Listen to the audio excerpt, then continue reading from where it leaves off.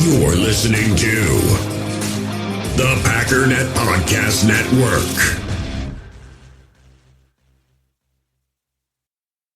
You ever hear of test driving a phone network? Well, US Cellular is letting you test drive their nationwide 5G for free. Try out US Cellular wherever you have spotty service, your commute to work, that one spot in your house where your service dips. It's as easy as doing a little beep boop pop boop pop with your phone. That's the buttons, that's the noise they make. Anyways, test drive US Cellular's nationwide 5G coverage for free for 30 days. Just download the Try Us app. US Cellular, built for us. Terms apply. Visit uscellular.com/try us. What's up, guys? Welcome into Packers Total Access. My name is Clayton. You can check us out on packernet.com. Find me on Twitter at Packers_access. You can email us, PackersTotalAccess@gmail.com. You can text us, 865-658-5824. Joining alongside Tim, live in Green Bay. Obviously, I'm down here in Redneckville, USA, a.k.a. the great state of Tennessee. And it's great to see the YouTube comments are back. All right. I don't know what happened, but here we are. It's good to see everyone in here. So I know we got a bunch of people in here to chat football tonight. We got Omer in the house. We got Dane Stromstad. We've got Chris Nichols on both platforms. What's up, buddy? We got AFAM in the house. Omer can block better than you. He's already going after Omer here in the chat. My goodness. Kevin Rogers in the house. Good to see you, buddy. We got Smitty, the whole gang here. United Bates, Larry Cano. That's the president and vice president right there, man. That's who I'm writing in on my ticket. I promise you that this year. Let's see. We got Greg in the house. Yeah, good crew in here. Jay, good to see all y'all. Appreciate you swinging through. So we had some big news break, obviously, Tim. Before we get into it, sir, how have you been doing, man? Good, man. Happy to be back. Just made it back home to Green Bay this afternoon, and glad I had time to jump on, man. It's been a busy month of July so far, but glad to be back, talk a little ball. Busy's good, but we definitely missed you, man. There's no doubt about that. So let's see. Larry Cano already stirring it up. How long until Tube disables the chat? It's a great question, Larry. Great question. We'll see what happens. So you guys just keep them in line in the chat, Larry, please, sir. I'm begging you. Because it's funny, Eric, the one day that Eric wasn't in the chat, all of a sudden nobody was allowed to comment. Funny how that works. So maybe it's Eric that's driving the ship. Who knows? But anyway, we had some big news break. Obviously, we'll just jump right into that. We definitely don't want to bury the lead. As Kenny Clark, you guys, if you watched or listened to the show yesterday, we talked extensively about Jordan Love, Kenny Clark, and we kind of went through the 2025 free agents. Here's the list right here. We won't go through them all again, but you guys know at the top of the list was Kenny Clark and Jordan Love, and we kind of talked about those are two of, I think, 5 or 6 that I would like to see re-signed. Obviously, Kenny Clark's gets done, and I will say this, the fact that Kenny Clark's got done makes you feel real good about Jordan Love, because they're not going to sign Kenny Clark to a 3-year extension and not have the structure in place for the Jordan Love contract. But let's just dive into it right now. So this was a tweet that came out through Rap Sheet on Twitter, at Rap Sheet. It's Ian Rappaport, one of my favorite insiders personally. I love him on the Pat McAfee show. He's just phenomenal on there. The sarcasm, you could cut it with a knife. But he says, paid again, the Packers and Pro Bowl nose tackle Kenny Clark have agreed to terms on another massive contract extension to keep him in Green Bay for the foreseeable future.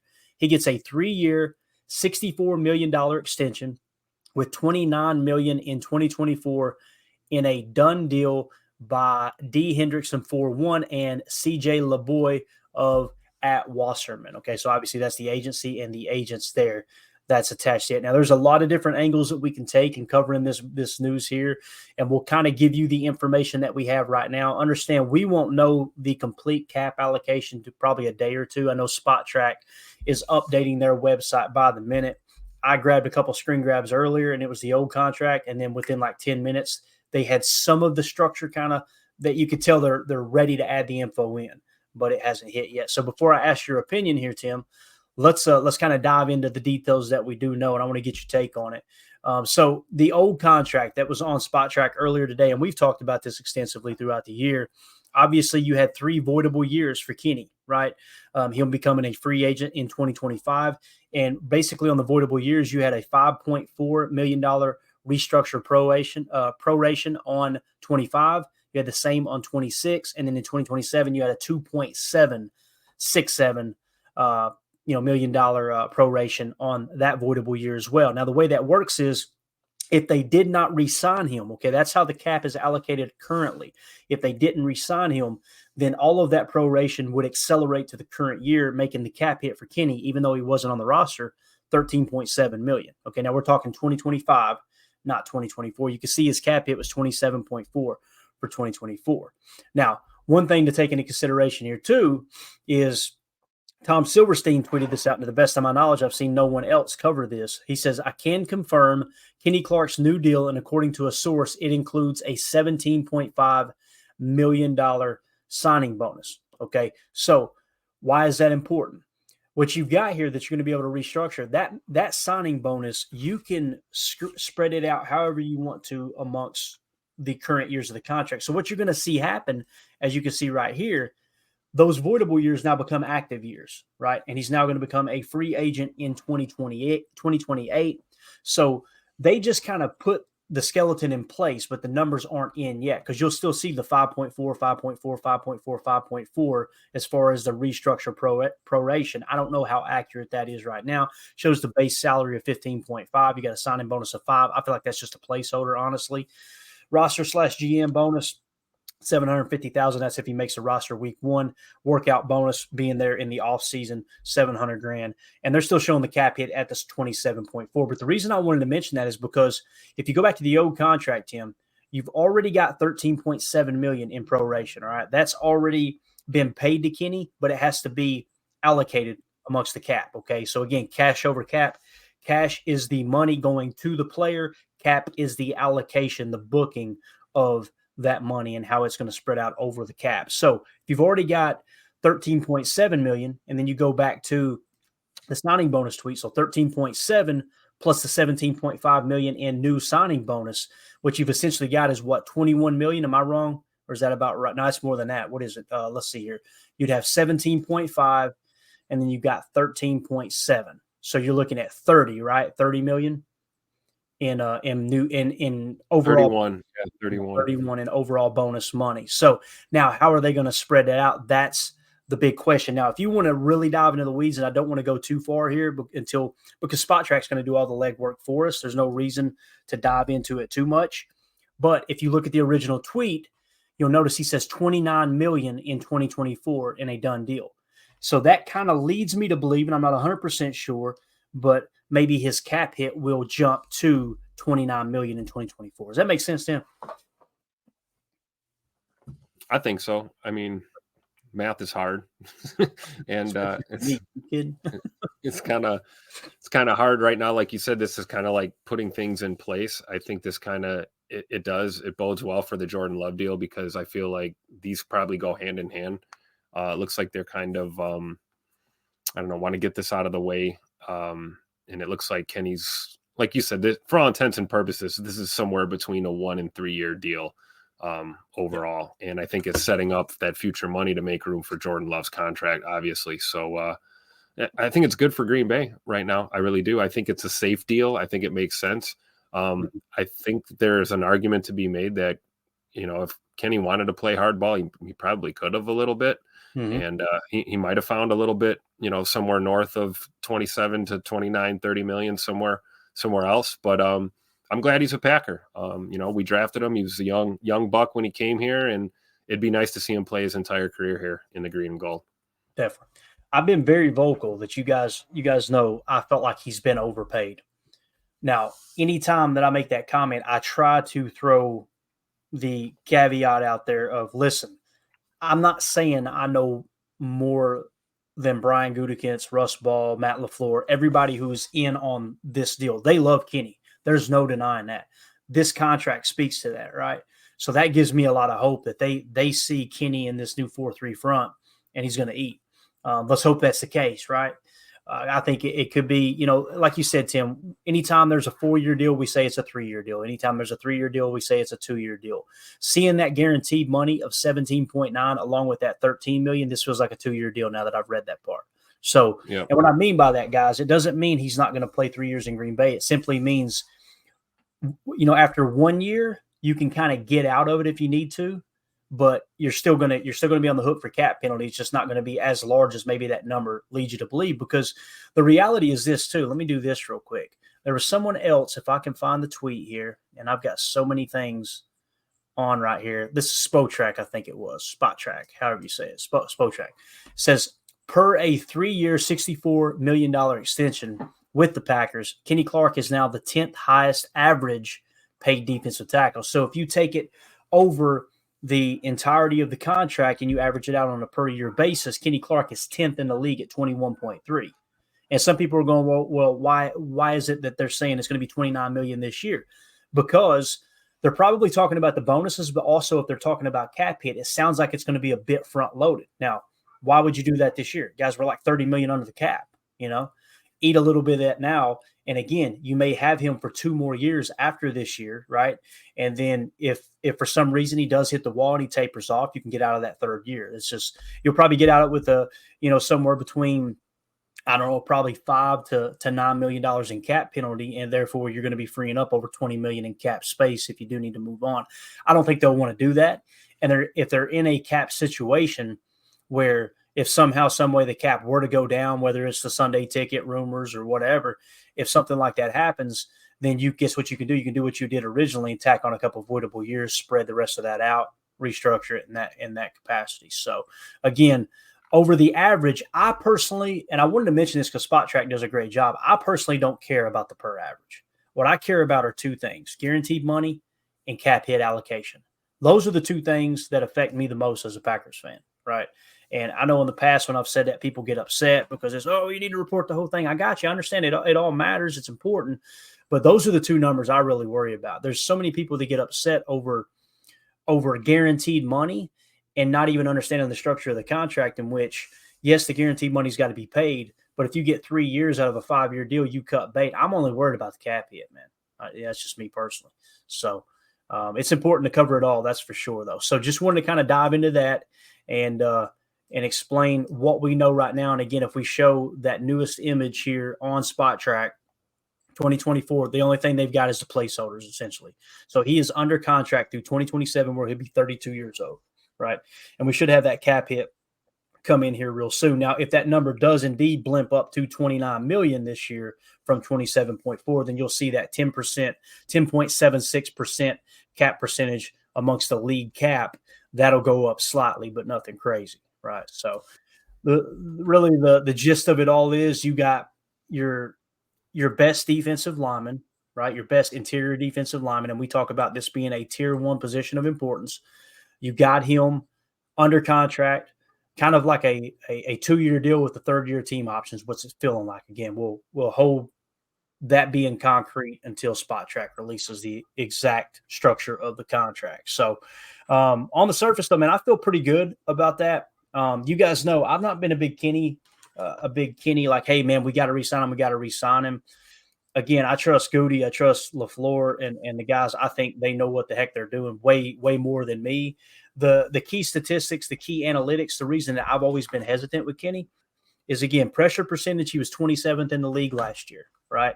Now, if you were to go to cap hit, and this is important, okay?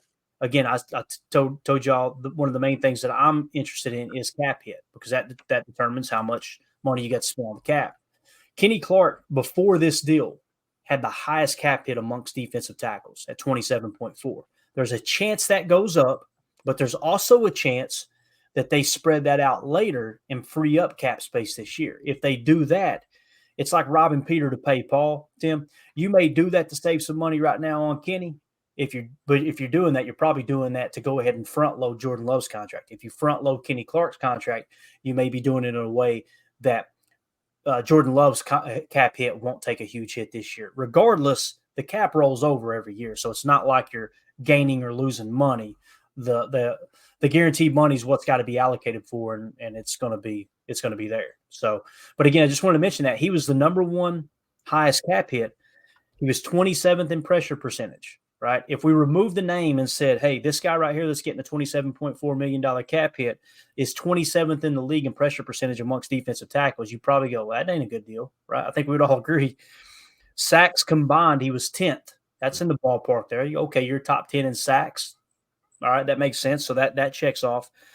Broken/missed tackle percentage, he was 141st in the league. That sucks. That hurts. 10.2% missed tackle rate. And then, of course, the PFF grade, whether you like it or not, I threw it in there. He's the 35th highest graded interior defensive lineman at a 70.4 last year. Again, 34 jam. We had a lot of disgruntled people in that defense. It's a clean slate now. Maybe he jumps back up to that 80s, 90s. Like we said, I think there was 1 year there he graded out in the 80s that he was just phenomenal, maybe even 90s. So what that averages out to those 4 key statistics, analytics, whatever you want to call it, those are the 4 that I think are most important. Again, pressure percentage, sacks, broken/missed tackle percentage, and PFF grade. He averages out to the 53rd best defensive tackle. There's no way, Tim, based off this contract, that Brian Gutekunst thinks he's the 53rd best defensive tackle. And that's why I say I trust him over my personal opinion. I think about a lot of the things I saw last year with Kenny was him really emerging as a leader in that D-line room. And I think this is just as much of an investment long-term in our young talent there on that defensive front. I think of Carl Brooks. I think of, Kobe Wooden. I think of, even TJ. We don't know what's going to go on with TJ Slayton here long-term. But there's young talent in that group. And, Kenny's been here, he's a day one guy. I believe he's the oldest on the roster, right? Or as far as tenure. I don't think anyone's been a Packer longer than Kenny Clark on this roster. Right. Certainly a guy, much like I feel about Quay Walker and a few of the other veterans, is, we owe it to ourselves to see this man play in this new system, in this front. Under Jeff Hafley in this new group. So I think the organization probably looked, just as much from some of those, intangibles and off the field things, what Kenny brings to that group and to the vision of that team and that defense moving forward. So it's a safe deal. It mutually beneficial deal. This is good for Kenny Clark. This is good for the Green Bay Packers. And so therefore it's good for us fans. That's just how I'm looking at it. Yeah, definitely. So M. Smitty says, and again, these numbers here, this cap hit was before the deal that I've got on the screen here. I just wanted to kind of show where it was. I'm eager to see what it, whether they push some of that out or not. But M. Smitty said that 17.5 is huge, talking about the guarantee. I agree. That's what sweetened the pot to like what Tim was saying, Kenny could have tested the market, right? I think that 17.5 was kind of like, what? I kind of like Culver's, I kind of like these cheese curds up here. I think 17.5 is good enough for me. Top thing. Fred McFarley said, fair deal for both sides, in my opinion.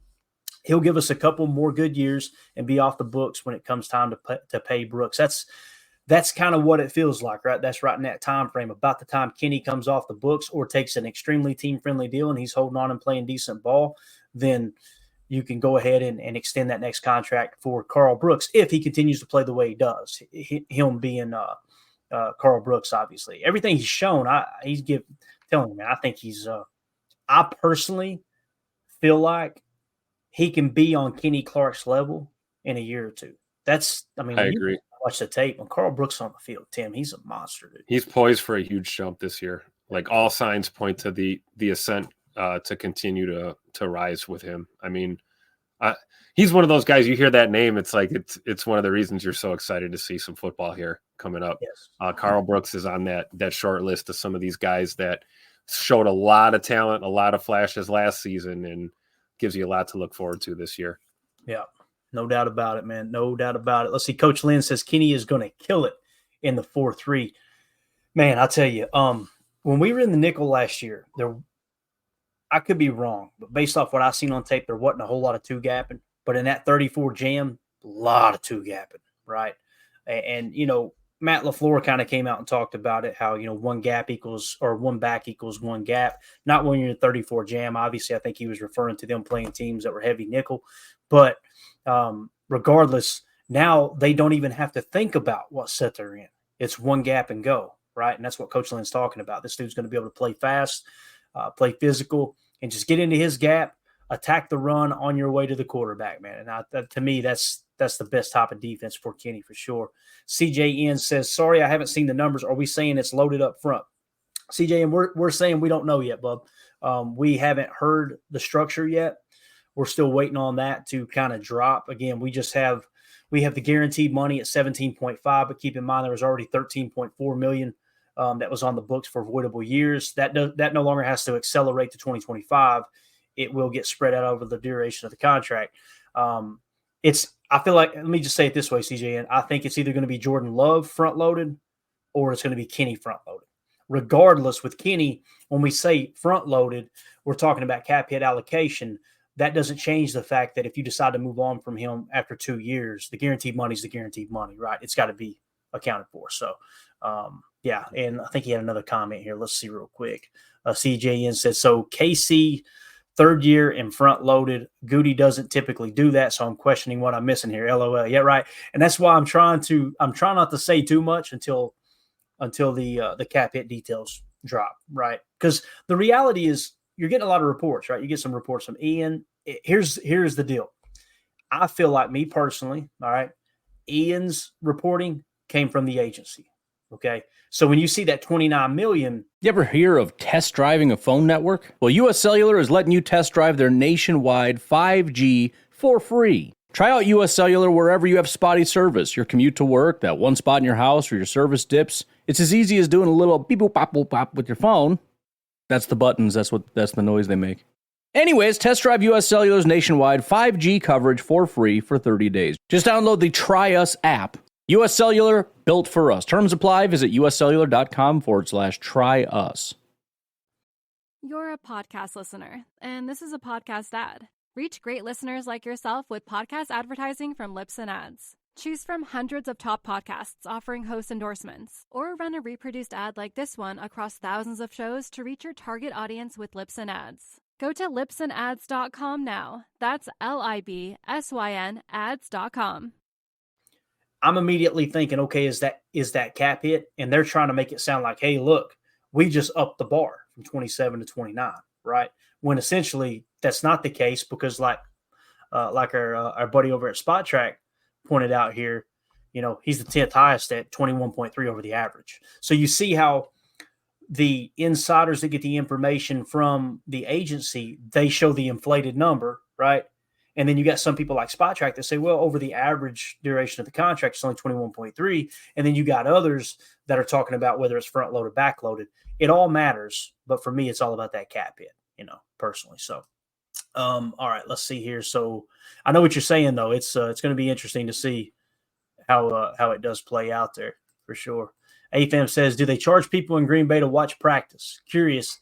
I got in a bar argument with someone that the Chiefs suck because they charge people to watch practice.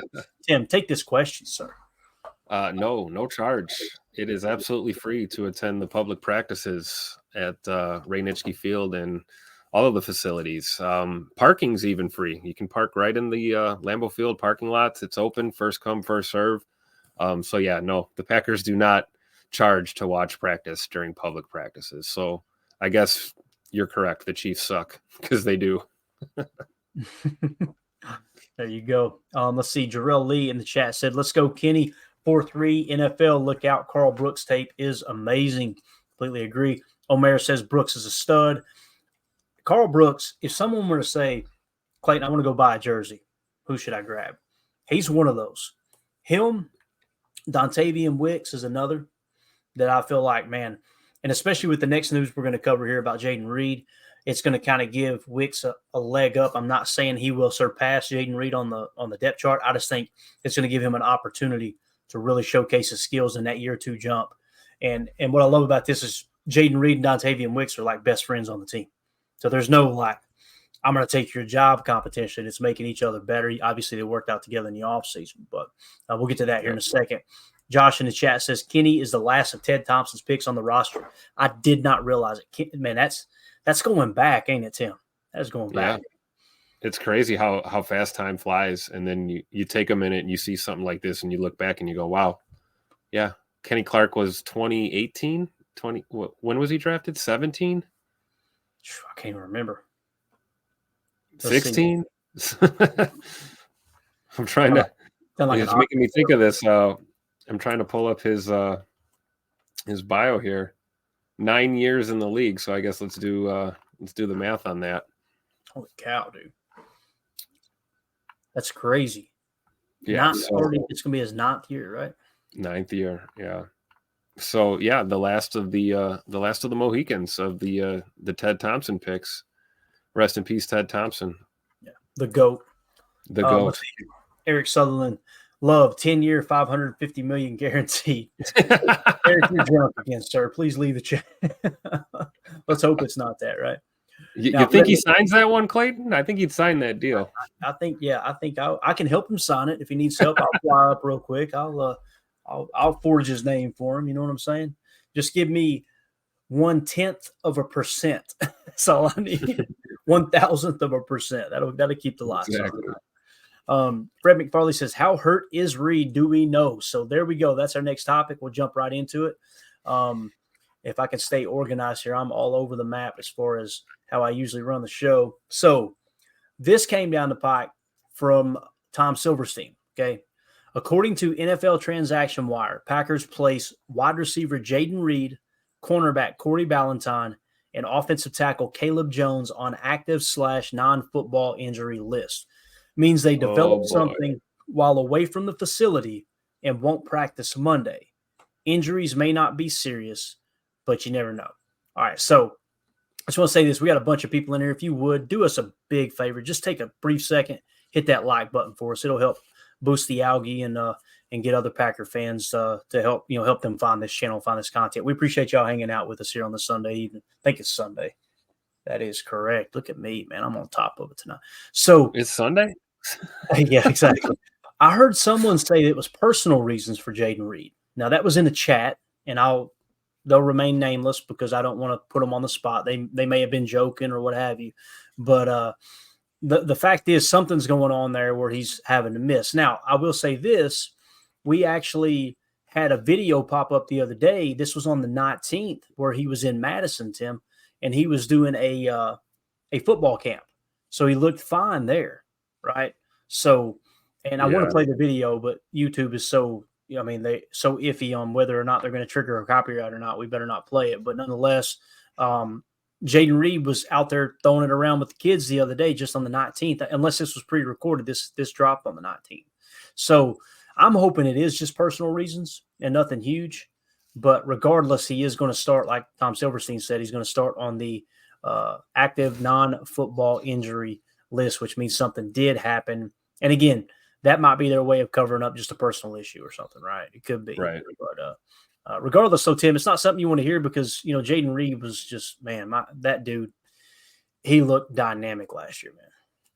Oh, Bird is the man, dude. That guy is phenomenal to watch and another rising star in this league and on this team. So let's hope it's not an injury. Let's hope, as messed up as it sounds, hopefully it is just something personal that he can work through and get back out there. But you hate to see guys this time of year falling into these onto these lists, especially guys like Jayden Reed. Yeah, definitely. So we're getting some comments in the chat here that kind of makes you think it wasn't injury related. Ron Samble said Reed looked fine at his camp yesterday, so that's what he was kind of talking about. Let's hold off on that and we'll come back to it. John said Reed's not hurt. Didn't give any great detail there, but hopefully that's the case, man. Hopefully it is just something personal and he's taking care of business and he's going to be right back out there for sure. So CJM with some colorful language in here said, holy poopy. That's my high school. Monona Grove Silver Eagles. Shout out to the Silver Eagles, man. Absolutely dominate their, whatever you call it, conference or whatever. Tim, you know anything about the Silver Eagles, bro? No, I am not. I'm not hip to their game. CJM's gonna have to put me up on that. I bet CJM was a star long snapper there. You think? Got in my mind. All right, so that's kind of the Reed talk there. We'll stick with it here in a second. I want to get to some of these other guys on the list now. Ian Rappaport tweeted this out as well. He said some of today's pre-training camp transactions, including Packers wide receiver Jayden Reed, going on in FI. Okay, so it shows in Detroit. You've got Giovanni Manu. You guys remember him? I think the Packers had him on their radar. He might have been like a top, whatever it was, top visit before the draft. That could have been the case. I just remember his name getting mentioned because he was from British Columbia up there in Canada. But Green Bay, Corey Ballantyne, okay, you got Caleb Jones, tackle, and then you got Jayden Reed, wide receiver. So Caleb Jones, like Coach Lynn said here, not good for Caleb Jones, always hurt. Man, and here's the thing, Coach, and we've talked about this, Tim. That dude is so huge, man. Like, so if I put on an extra 10, 15 pounds, my back hurts. These guys that are carrying 320, 330 pounds, I don't know how they do it, man. But one thing about Caleb, yeah, unfortunately, he's been a little banged up, like Coach Lynn's saying, and this is not the year to go into that camp banged up, Tim, because they got some serious competition in the O-line room. Oh yeah, absolutely. And like Coach Len is saying, more of the same from Caleb. I believe last year, I think he had, I want to say, was it a hamstring issue? Like one of the many we had last year. And then he had some illness too. He was dealing with just some, illness type things. But hey, you can't make the club in the tub, right? We've said that, 1,000 times. So I like Caleb. Caleb's a good dude. He's fun to be around when you're at the facility. Great guy, really good with the fans, easy to talk to, real personable dude, good teammate. You can tell he gets along with his teammates, but that's all fine and dandy. But if you can't play football, what are we here for? So hopefully he works his way back, because you hit it on the head, man. This is a hyper competitive O-line room for sure, especially at the tackle positions right now. Mm-hmm. Eric Sutherland in the chat says Bill Huber said Reed is fine and will be at practice this week. So I just pulled the article just a second ago. Let's see if we can pop it up on the screen here. Appreciate that, Eric. I think this is what you're talking about, buddy. Look at Eric actually talking serious ball in here, man. Growing and changing every day, man. Let me tell you. All right. So this was Bill Huber's article that he wrote. This is probably roughly an hour and a half ago now, I'm guessing. Top playmaker opens training camp on non-football injury list. It says Green Bay Packers receiver Jayden Reed, who led the team in receptions, receiving yards, and touchdowns as a rookie. Let me say that one more time. Jayden Reed, who led the team in receptions, receiving yards, and touchdowns as a rookie, is fine, a source said. All right. It says Green Bay, Wisconsin, second-year receiver Jayden Reed will open Green Bay Packers training camp on the non-football injury list. Veteran players arrived for the start of training camp on Sunday, with the first practice of camp set for Monday. Reed will be joined on NFI by valuable backup cornerback Corey Ballantyne and offensive tackle Caleb Jones. All three players can begin practicing once cleared by the team. He goes on to say they are joined by a few other players on the pre-camp injury report. Rest easy, though. Looky here. Eric Sutherland broke the news. Rest easy, though. A source said Reed is, quote, totally fine and should be on the practice field in a few days. A second-round pick last year, Reed led the Packers in receptions, receiving yards, and total touchdowns, and was tied for first in receiving touchdowns last season. Reed broke Sterling Sharp's franchise record for most receptions by a rookie. That is just wild to me. Reed broke Sterling Sharp's franchise record for most receptions by a rookie. Reed joined Packers legends Sharp, James Lofton, Billy Houghton, Don Hudson, and Joe Laws as the only rookies to lead the team in receiving yards. Says the numbers showed Reed's dominance. Sharp is one of the best receivers in NFL history. Needs to be in the Hall of Fame, by the way. Is this thing on? Needs to be in the Hall of Fame. Yeah. Say that again. Sterling Sharp into the Hall of Fame. So it says Reed crushed his rookie record of 55 receptions by catching 64. So beat it by 9 catches. Among NFL rookie receivers last year, only the Colts' Josh Downs had more slot receptions than Reed. While Downs had 51 receptions to Reed's 44, Reed crushed Downs in yards, 653 to 594 yards per catch, 14.8 yards per catch, as opposed to Downs' 11.6, and touchdowns. He had 7 touchdowns, and old Downs had the big gooser, 0. So obviously Jayden Reed dominating last year, man. We won't read the entire article. Make sure you guys go show Bill Huber some love and give that a like on Twitter and all that. But Tim, sounds like there's nothing to see there, man. I think I'm more concerned with Ballantyne and our boy, gosh, what's his name? I've already forgot. Caleb Jones, right? Caleb Jones. Yeah, and certainly of those two, Ballantyne is obviously, a guy that's going to start for you potentially, especially in a pinch as you grind through a year. So you want guys to start the year on a good foot.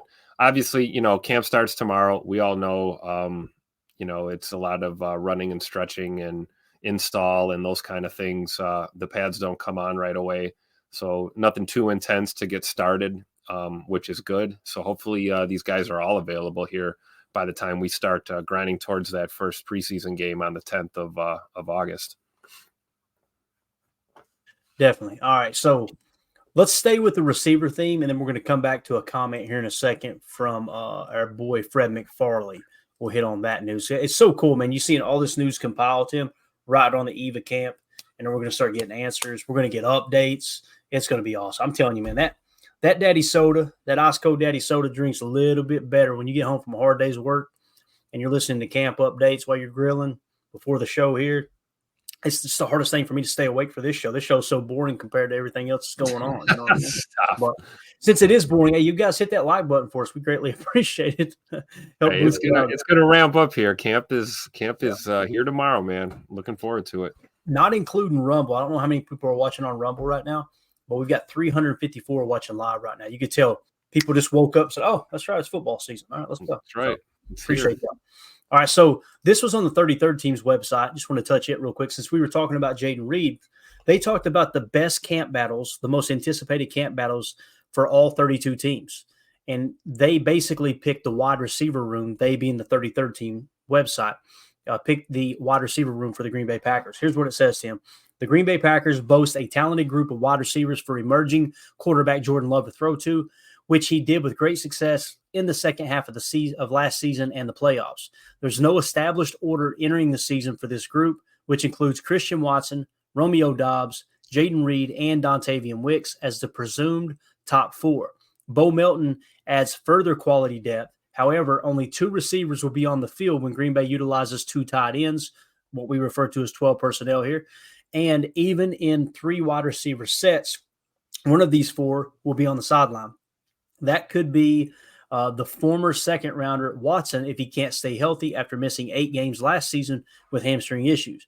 Reed was the team's leading receiver last year with 64 receptions for 793 yards and 8 touchdowns as a rookie second rounder. Doubs also had 8 touchdown grabs, stud, in the regular season among his 59 catches for 674 yards and 12 catches for 234 yards in 2 playoff games. Just playoff roams right there, Tim. 2 playoff games, Romeo Doubs, 12 catches, 234 yards. I mean, just shows up when the lights come on, man. When Jordan needs a play, he seems to go to Rome, don't he? Whether he's covered or not, man. Yeah, it's like you said, think play or not play. I mean, that's a comfort level, and I'm sure he's got relationships like that with some of these other pass catchers too that we're going to see develop over the course of his second year as a starter, building that chemistry. I really believe Scoot's one of those guys too. We saw our season end with him trying to force the ball to Christian Watson there.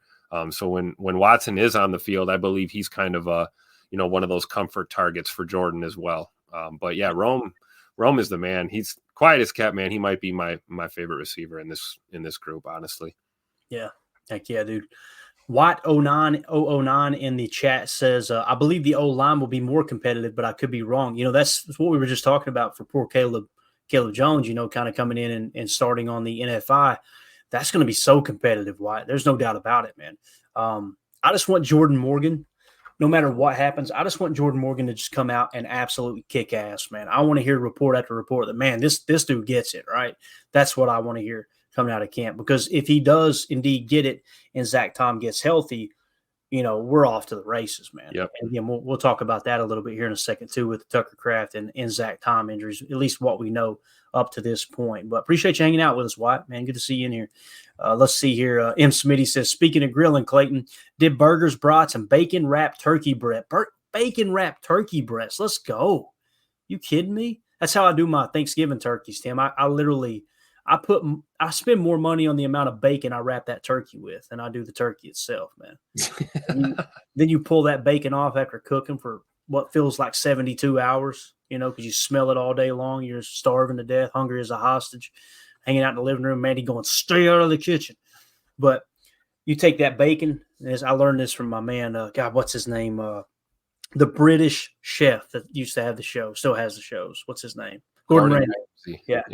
So you take that bacon and you put it in that juice and you mash it up real good and you make you a gravy with that. Oh my God.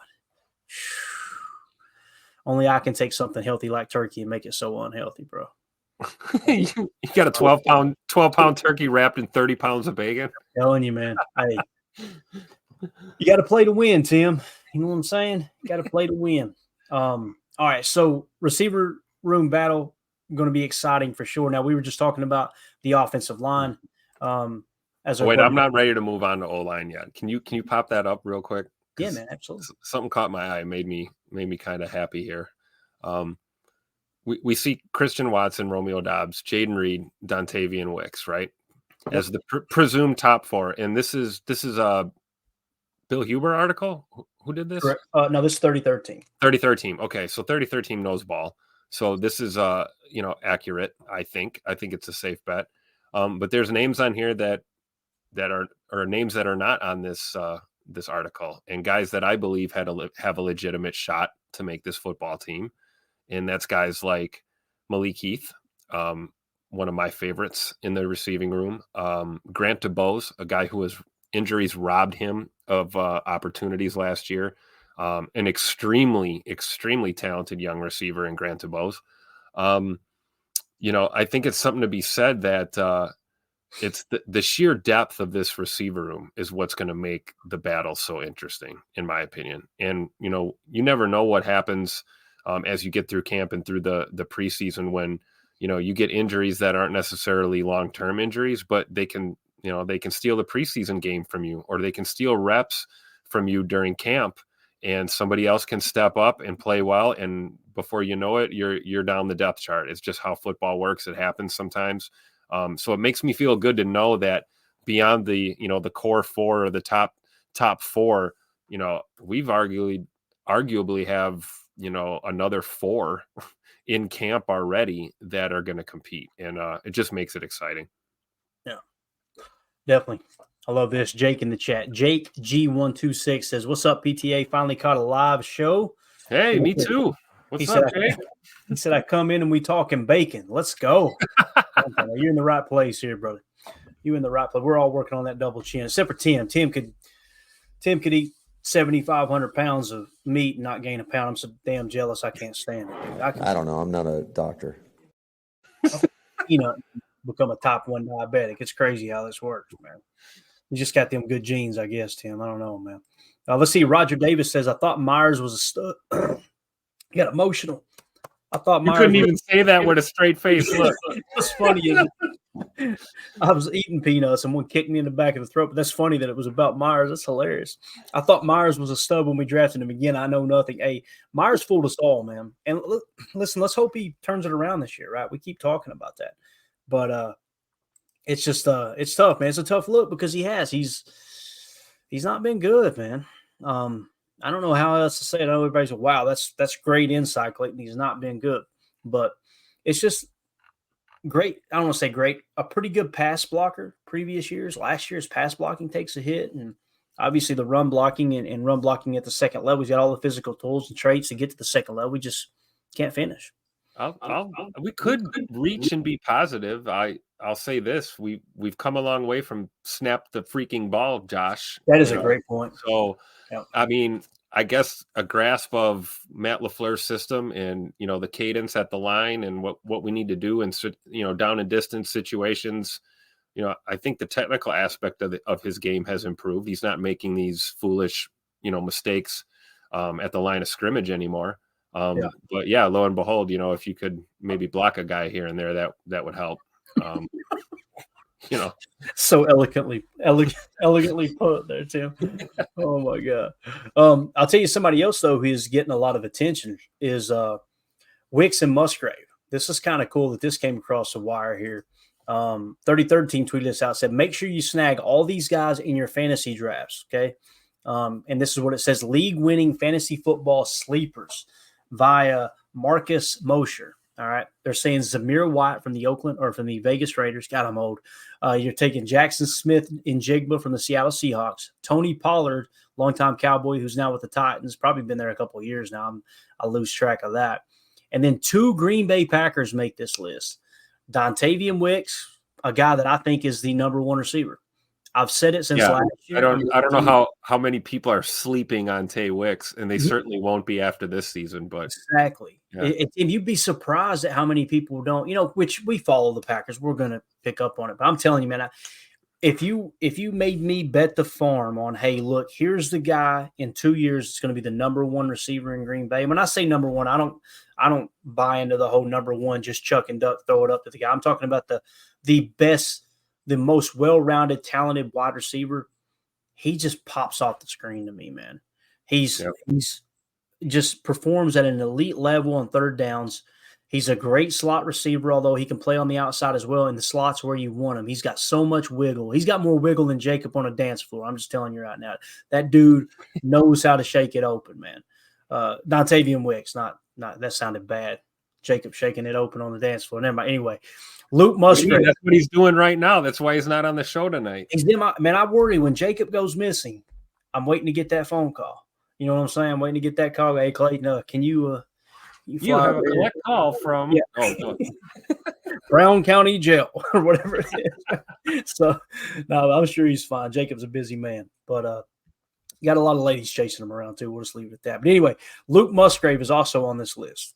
That one I'm a little more hesitant on, Tim, but I'll tell you, man, when we looked at the numbers the other day and some of the things he did on a limited basis too, battling injuries and I don't know, internal bleeding, tough son of a gun he is.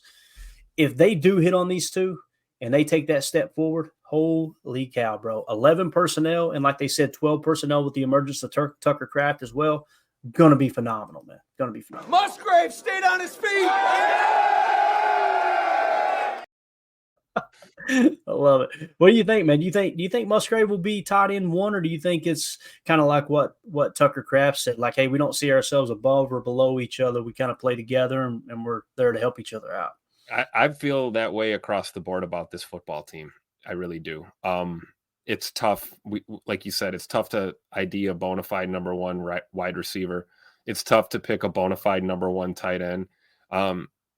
We could be a couple weeks into the season. We may be scratching our heads watching our running backs and wondering who number one is when we see what Marshawn Lloyd looks like out there with Josh Jacobs. So, I think that's the right attitude. I'm with Tuck Norris there. There is no number one. It's tight end room by committee. It's running back room by committee, linebacker room by committee. We play as a unit.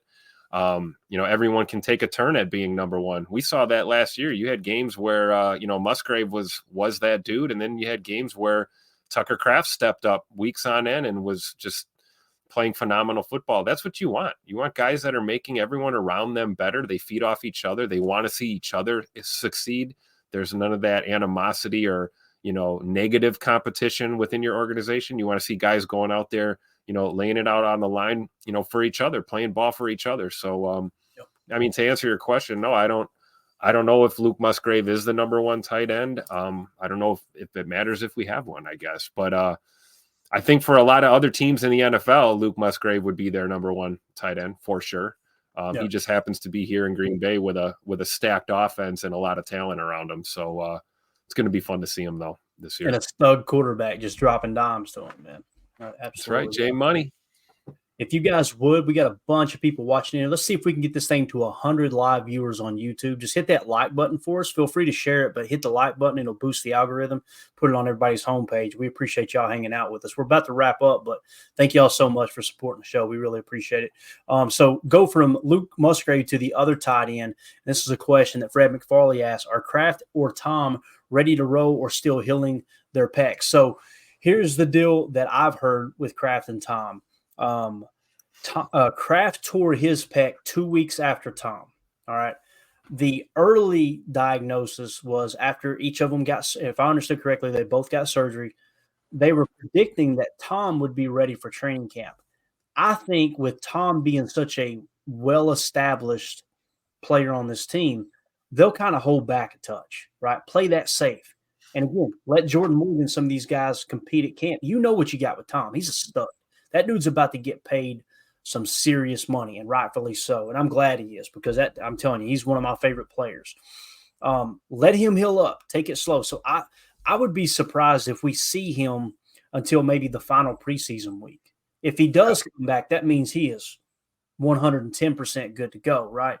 But again, if it was somebody like Tim, I'm not trying to dog him. I think he's a good player. If it was Rasheed Walker, I'd be going, man, we need those camp reps. But the fact that it's Tom, I feel a lot more comfortable. Does that make sense? Absolutely. And I think the organization learned a lot from the the David Bakhtiari experience. We'll just call it that, the ups and downs of a super talented guy trying to get back from an injury. And you could see there towards the end with Big Dave, there was no pressure at all to get him out onto that practice field, especially last year. I think we saw him at a couple of training camp practices. And what happened? He went out in week 1 and just absolutely dog walked the Chicago Bears. So there are players that reach that level where, practice is vital like it is to anyone, but you don't need to rush these guys out there. Their most valuable time is meaningful football during the season or during the playoffs or, when it matters. So Zach Tom's a guy who could certainly miss a few training camps and, get his legs under him within a few days and be right up to game speed. So, and that presents opportunity for guys like, these rookies that we have coming in, Jordan Morgan, and a few other guys, plug and play, move them around the line. Might give a chance to see, Sean Ryan kick in the center and then maybe, stick someone over on the right side, mix it up a little bit. It's good for our coaching staff as well, too. And then, Zach Tom gets the added bonus of maybe he's cleared to be out there, but hey, there's no rush. Take a little extra time. Be 110% when you come back. So I think this is going to bode well for us going into camp. And I think the Packers learned a lot with how to deal with these injuries with our big O linemen for sure. Yeah. And when it comes to Tucker Kraft, obviously he's 2 weeks behind Zach Tom. I don't think they're going to try to rush him back. So I think something that I hope I'm not speaking out of turn here or being too optimistic, Tim, but I kind of feel like there is very, very, very little chance that these guys won't be ready for week 1. I think they're going to be good to go week 1. I think they're going to just kind of play it safe, let Tucker stay in that playbook. Here's the other thing. You're going to get a really good look at Tyler Davis if he's completely healthy with that knee. We've seen what Ben Sims could do. I really like him as a player. You've also got Henry Pearson if you want to kind of lean into a little 21 personnel, two running backs, 1 tight end look. So you can kind of work that stuff in and see what those guys have while Tucker Kraft heals up. I think we know what we got in Tucker. I'm not saying he's on Zach Tom's level, but that dude, guys, he didn't have a drop all season until the playoffs. That might not have even counted as a drop because it was kind of an inaccurate throw. But nonetheless, when you look at a guy, you go, okay, you look at the scouting report on Tucker Kraft, Tim, you're going to go, what's his big selling point? His athletic ability, hands down. He had an RAS soaring in the 9s, right? But then you look at the end of the season and go, hold up, this dude didn't drop a single ball. Like, come on. And have you seen him coming around the corner and blocking? Have you seen that? I mean, or the article where he was interviewed and said, my favorite thing is blocking someone, and as they hit the ground, feeling the air leave their body is what he said. Like, bro, he's out there posing for pictures, ice fishing with lung darts. Are we serious? Let's get this dude a lifetime contract, man. Let's go. And you know what? It's testament to Matt LaFleur's offense, right? It is. Tight end in a Matt LaFleur offense is a blue collar position. Okay. This is grab your lunch pail. Let's get to work. And, after you lay a few guys out, run a couple sifts, we'll keep the offense rolling. Yeah. I'm going to dial up a little tutter for you, give you a couple of targets in the pass game, and we're going to get some first downs and some touchdowns and, celebrate with a daddy soda. That's what playing tight end in Green Bay is. Not everybody runs their offense that way. Even look at the Niners with Kittle. A lot of times Kittle is just, he's another receiver out there basically most of the time. But we use our guys, a lot more down and dirty, I think. And, to the point about Ben Sims and even, Henry Pearson, man, we got to see some from those guys, and they fit in very well in this Matt LaFleur offense too. And don't count out Tyler Davis. Great point, Clayton. Great point. A guy who knows the system. You can't tell me he's not hungry and ready to be back out here on the field. So you're going to get 110% out of Tyler Davis and a guy who's not new to this scene. And I don't think the moment's going to be too big for him. So we could have a little competition there in the tight end room as we're waiting for guys to, work back these little nagging injuries here. Yeah, no doubt. M. Smitty in the chat said, shout out to Tuck Norris and the Jackrabbits. Amen. Jarrell Lee says, I haven't seen this much talent since 2010, and we all know how that season ended with the green heart Yes, emoji. sir. I'll tell you, man, and Omer says this team stays healthy, they're going to roll this league. I really do. You know, I try to be, you guys know I've been labeled multiple times as the positive podcaster, right? Because I'm just not going to harp on negative stuff. Life's too short. I'll try to focus on the positive. We'll deal with the negative. But this year just feels, Tim, it feels a little, last year going in the league, if you were to go back and listen to the show, and we did them all live. This time last year, it's, hey, we're playing with the house's money, baby. Nobody's expecting us to do anything. They're expecting us to finish dead last in the North. That's what the Vegas odds suggested. We had the worst odds to win the North, if that makes sense. At the time we did the training camp show. So you look at it this year, you're going 10, 12, maybe 13 wins. You're feeling a lot better about this team. Now, listen, any given Sunday, you got to go out there and put it together. I think we got the 22nd hardest schedule, so that kind of favors the Packers just a touch too, for what it's worth. You get 3 weeks into the season, there's nobody going, hey, we got an easy schedule. They're looking up at their next opponent going, all right, they do this well, they do this bad, let's try to exploit this. Nobody cares about that strength of schedule. That's why I don't focus on DVOA and all that stuff, because it from week to week, 1 week it'll say one thing, 3 weeks later it says something else, and it's like, what are we even doing here, right? So, but yeah. And I feel of any team in the NFL, the Packers are going to be the team that picks up where they left off, like last year. I mean, we arguably haven't even seen the best of this Packers offense and defense here. You know, we got a new system on the defensive side of the ball. LaFleur's got new weapons on the offensive side of the ball this year. They're going to take another step. You know, we were one goofy series away from, you know, a trip to the NFC title game, you know, honestly. And that was a team that we had, like you said, we had tempered expectations last year. Hey, are they going to win? How many games are they going to win? Yeah, maybe we can make the playoffs. You know, we got really close and got on a hot streak, and these guys are playing for each other. I think we're going to start this year with that same intensity and same energy. I really do. I agree, man, completely. All right, we'll end it with this. J. Cole says, I think we will get the J Love news tomorrow. That's what many people kind of predicted, you know, that, hey, just like they did Kenny several years ago, contract reported, bang, he hits the practice field. We're off and running. I think there's a good possibility of that, seeing that Kenny's got done today. Again, I wouldn't be surprised if it takes another 2 weeks, but hopefully tomorrow we're reporting that, right? That's what I'm hoping for anyway. So, Tim, you got anything else you want to hit on, bub, before we get out of here? Just the J Money contract. Yeah, I would love for it to be tomorrow, right? Any day now. Just let's please get this news so we can move forward. But I think certainly before the first preseason game, right? Yeah. You know, like you said, at the very latest, another week or two. But I don't think we play preseason ball without a Jordan Love extension. That's as close as I'll give you to a prediction. But I'm hoping everyone's right. Hopefully it's tomorrow. That's the first news we get in the morning before practice. That would be great. If you were to ask me how sure am I that the contract will get done tomorrow, I'd say somewhere around 65%. 65%. That's what somewhere in that ballpark. So I think it'll get done sooner than later.